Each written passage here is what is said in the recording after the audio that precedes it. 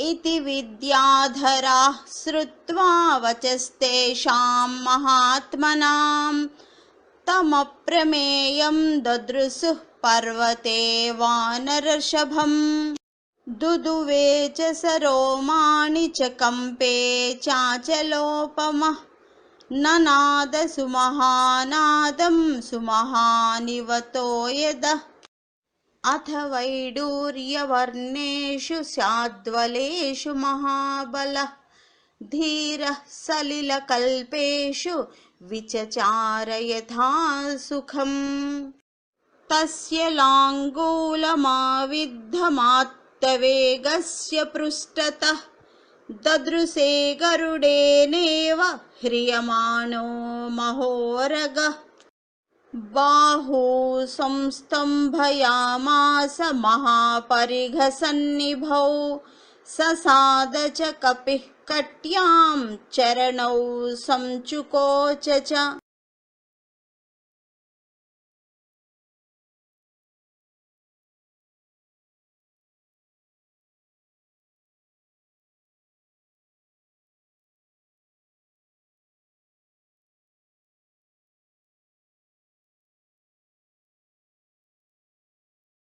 संहृत्य च भुजौ श्रीमान् तथैव च शिरोधरां तेजः सत्त्वं तथा वीर्यमाविवेश सवीर्यवान्।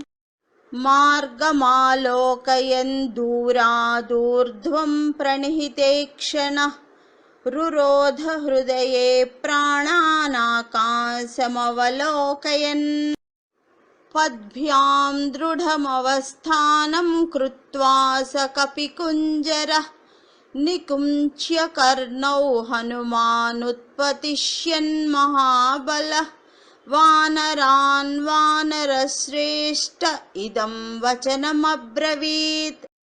यथा राघव निर्म्युक्तः सरस्वसन विक्रमः गच्छेतद्वद्गमिष्यामि लङ्कां रावणपालितां न हि द्रक्ष्यामि यदि तां लङ्कायां जनकात्मजाम्।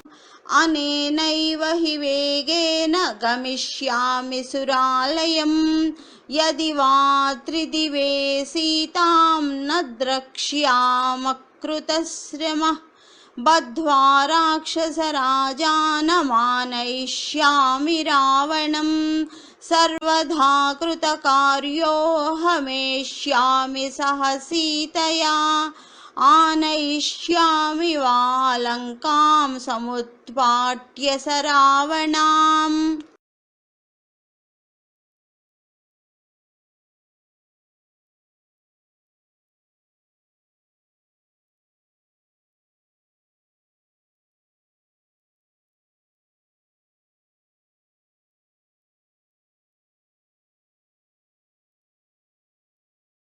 एवमुक्त्वा तु हनुमान् वानरान् वानरोत्तमः उत्पपाताधवेगेन वेगवान् विचारयन् सुपर्णमिव चात्मानं मेने स कपिकुञ्जरः।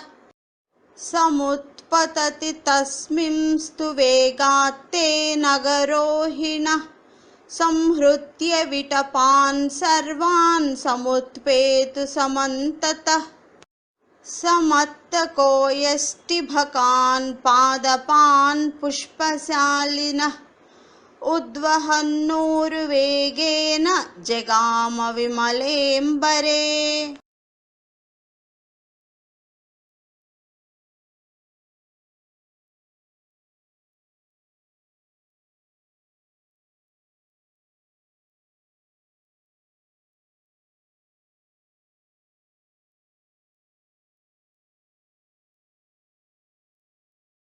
ऊरुवेगोत्थिता वृक्षा मुहूर्तं कपिमन्वयुः प्रस्थितं दीर्घमध्वानं स्वबन्धुमिव बान्धवाः। तमूरुवेगोन्मथिताः सालाच्छान्ये नगोत्तमाः अनुजग्मुर्हनुमन्तं सैन्या इव महीपतिम्। सुपुष्पिताग्रैर्बहुभिः पादपैरन्वितः कपिः हनुमान् पर्वताकारो बभूवाद्भुतदर्शनः सारवन्तोऽथ ये वृक्षान्यमज्जन् लवणाम्भसि भयादिव महेन्द्रस्य पर्वता वरुणालये स नानाकुसुमैः कीर्णः कपिः साङ्कुरकोरकैः सुशुभे मेघसङ्कासः खद्योतैरिव पर्वतः विमुक्तास्तस्य वेगेन मुक्त्वा पुष्पाणि ते ध्रुमाः अवसीर्यन्त सलिले निवृत्ताः सुहृदो यथा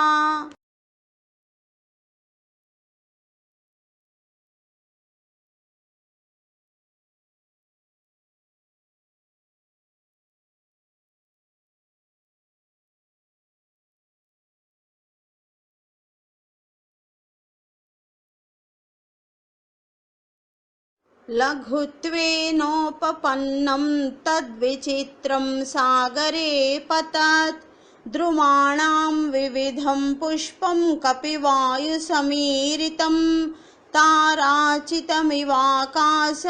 प्रबभौ च महार्णवः पुष्पौघेणानुबद्धेन नानावर्णेन वानरः बभौ मेघ इवाकाशे विद्युद्गणविभूषितः तस्य वेगसमाधूतैः पुष्पैस्तोयमदृश्यत ताराभिरभिरामाभिरुदिताभिरिवाम्बरम् तस्याम्बरगतौ बाहू ददृशा ते प्रसारितौ पर्वताग्राद्विनिष्क्रान्तौ पञ्चास्याविवपन्नगौ पिबन्निव बभौ चापि सोर्मिमालं महार्णवं पिपासुरिव चाकाशं ददृशे स महाकपिः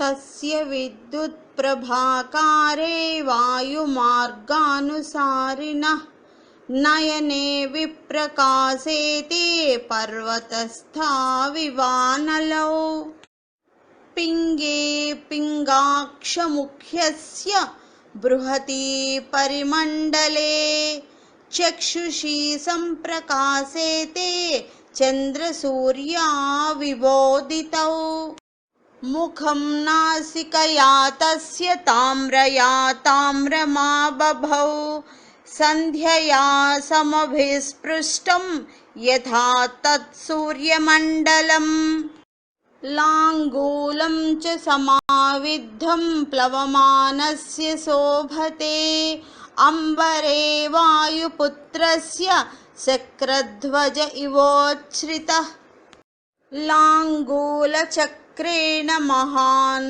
शुक्लदंष्ट्रोऽनिलात्मजः व्यरोचत महाप्राज्ञः परिवेशीव भास्करः